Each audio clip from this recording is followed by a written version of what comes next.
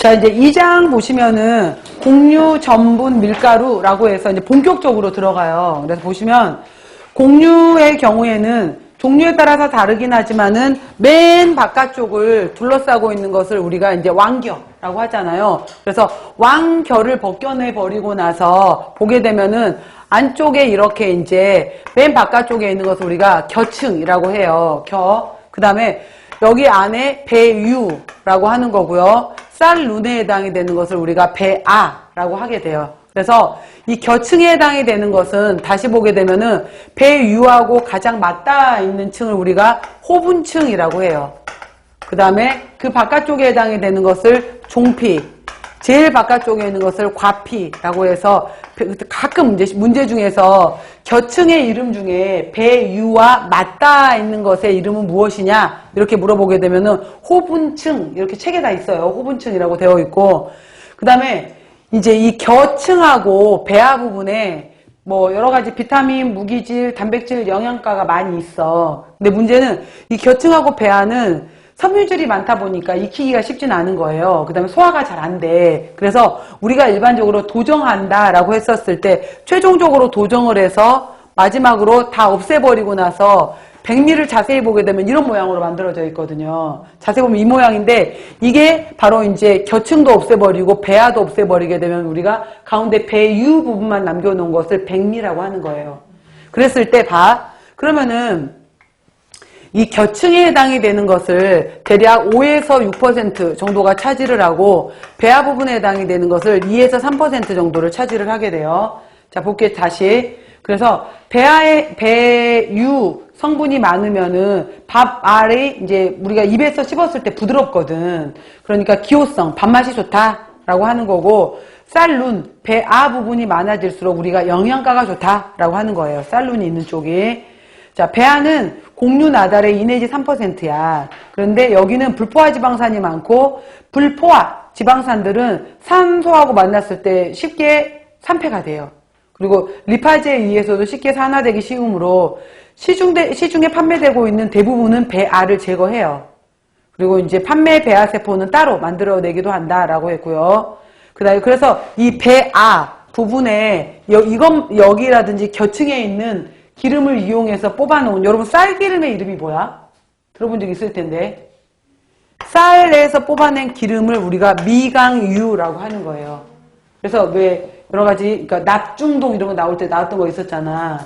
카드뮴 여러 가지 할 때 그래서 미강유라는 것이 있고요. 쌀기름에 해당이 되는 거. 배유는 곡류 나달의 대부분을 차지한다라고 했고 배유하고 바로 맞닿아 있는 겨층이 호분층. 그 바깥쪽에 종피, 제일 바깥쪽에 과피가 있다라고 했고요. 호분층도 단백질 지방이 있어. 근데 세포벽이 두꺼워서 소화가 잘 안 돼. 그래서 일반적으로 도정했다라고 했고요.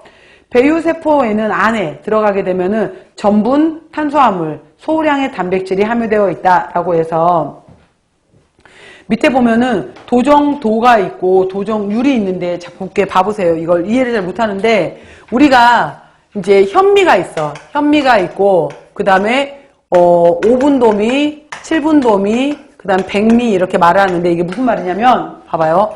현미는 여기 해당이 되는 전체를 100으로 봤었을 때 이 겨층 이거 그 다음 배아 이걸 다 갖고 있는 것을 현미라 그래요. 겉껍질만 벗긴 거. 왕겨만 벗긴 것을 현미라고 한다면은 그래서 도정도라고 했었을 때 현미는 하나도 안 벗긴 거야. 하나도 껍질을 손은 안 댄 거예요. 그랬을 때 우리가 겨층 가운데를 5.5%, 배아의 가운데를 2에서 3%를 2.5% 했었을 때 얘가 전체가 8%잖아. 자, 얘를 봐봐. 이해를 해봐. 그러면은 5분돔이라는 뜻은 뭐냐면은 벗겨야 될 대상이 없애버려야 될 대상을 겨층하고 배아 부분으로 봤다면은 나는 그것 중에서 50%를 없애버리겠다. 이게 5분돔이야. 나는 70%만큼을 없애버리겠다. 이게 7분돔이야. 나는 100% 다 없애버리겠다라는 것이 백미야. 그러면은 현미는 벗긴 게 없으니까 하나도 안 빠졌을 것이고 전체 8%를 기준으로 해서 50%를 없애버리면은 8 곱하기 0.5잖아. 그러면 얼마를 없애버렸을까? 그렇지. 4만큼이 빠진 거예요. 얘는 전체 8을 기준으로 해서 70%만큼을 없애버렸대. 몇이 날라갔을까? 5.6%. 87을 56. 5.6만큼이 나갔을 거고, 여기는 버리고 싶은 8% 중에서 전체 100이 다 나갔대. 그럼 몇이 나간 거예요? 8만큼이 사라진 거잖아. 그러면은 여기에 도정률이라는 것이 있어요. 도정률이라는 것은 이거야. 원래 도정하기 전 쌀 무게, 도정하기 전에 쌀 무게분의 도정 후에 쌀 무게야. 그러면은 이거를 우리가 이제 도정률이라고 하게 되는데, 현미는 하나도 나간 게 없으니까 얘는 쌀의 무게가 100분의 100이었을 거 아니야. 그 다음에 5분도미 같은 경우에는 전체가 100이었다면 마이너스 4만 사라진 거 아니야. 그럼 얘 몇이었겠어요? 96. 7분도미는 마이너스 5.6만큼이 사라졌겠지. 94.4. 백미는 8이 사라졌으니까 얼마가 된 거야? 92가 된 거지. 자, 이거 이해했어요? 그럼 봐. 이런 문장이 있어. 도정도가 커질수록, 즉 현미에서 백미로 올수록 소화율은 높아진다, 낮아진다? 그렇지, 높아진다. 왜냐하면 바깥쪽에 있었던 겨층 부분이 사라지면은 안에 배유 부분만 살아있으면 훨씬 소화가 잘 될 거 아니야. 자, 이 문장이 있어. 만약에 도정률이 높아지면 소화율이 높아진다. 맞아요, 틀려요? 틀렸지. 그러니까 도정률이 낮아져야지 소화율이 높아지는 거지. 그래서 이렇게 볼 수가 있는 거죠. 도정도가 높을수록 율은 무게야. 도정률이 낮을수록 소화가 용이하다.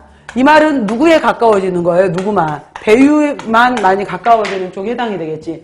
사실은 이게 시험 문제화 되기에는 전혀 의미가 없어. 근데도 우리가 시험 문제를 내서 이 사람이 과연 맞을까 틀릴까 변별력을 만들어내기 위해서 뭐 도정도로 냈다, 도정률로 냈다 이러는 거예요. 중요한 것은 깎아냈다, 이게 중요한 건데. 그래서 바로 이거야. 도정도가 높다라는 것은 도정도는 깎아내는 정도라는 의미야.